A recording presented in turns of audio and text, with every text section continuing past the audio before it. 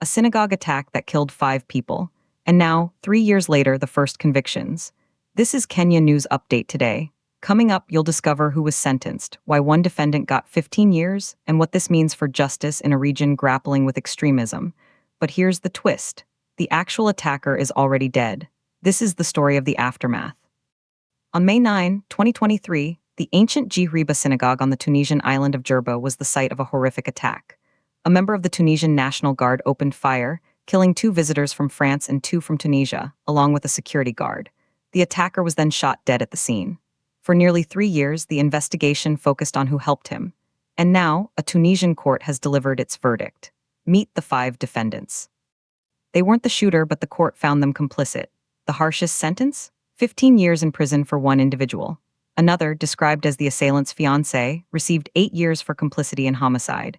A student was also sentenced, though the specific term wasn't detailed in our report. This legal action, confirmed by a lawyer just this Monday, marks a significant step.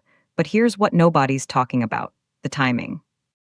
This sentencing comes in February 2026, almost 3 full years after the bloodshed. For the families of the victims, that's 3 years of waiting, 3 years of unanswered questions, and the attack itself was a brutal violation. The Ghriba synagogue is one of Africa's oldest, a pilgrimage site.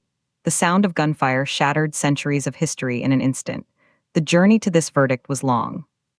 Investigations traced the guard's movements, his communications, and his radicalization.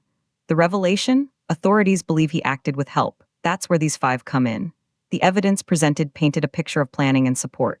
And then something shocking happened during the trial. While details are scarce, the very fact that it took this long points to a complex, painful process for a nation trying to balance security and justice. Here's the part that will blow your mind. In a region where such attacks often spark cycles of blame and reprisal, this was a domestic legal process. Tunisia, using its own courts, prosecuted its own citizens for a crime on its own soil. This isn't about international tribunals. This is about national accountability. The implications are huge.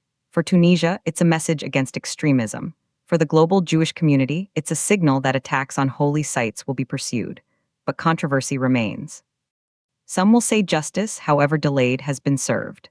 Others will ask if prison terms are enough for a crime that took 5 lives and traumatized a community. The bigger picture? This case sits at the crossroads of terrorism, justice, and religious coexistence. It raises the unanswered question: can a court verdict truly heal the wounds of such violence? Or does it simply close a legal file while the emotional scars remain? We saw the attack. We know the shooter is dead. Now, 5 others are going to prison. Do you think these sentences bring closure, or is real justice still out of reach? Drop your take in the comments. Subscribe to Kenya News Update today for more breaking international news impacting our world.